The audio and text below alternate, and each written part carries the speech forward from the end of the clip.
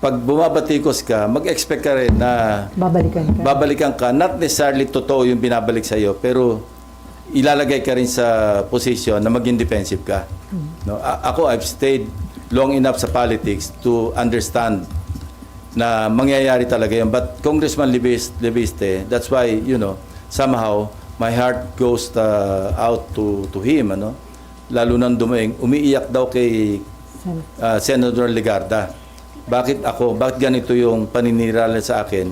Alam ko, Senator Ping, dumaan din siya sa ganyan.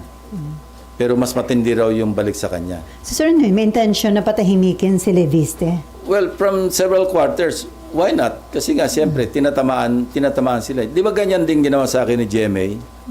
Hanggang sa talagang nagfabricate ng kung ano, Ador Mawanay, ginawa akong money launderer, ginawa akong drug lord. Ganyan, part ng ano yan eh. At that time, kasi neophyte din ako noon, I could not understand. But now, looking back, naintindihan ko na. Yung talaga yung laro eh.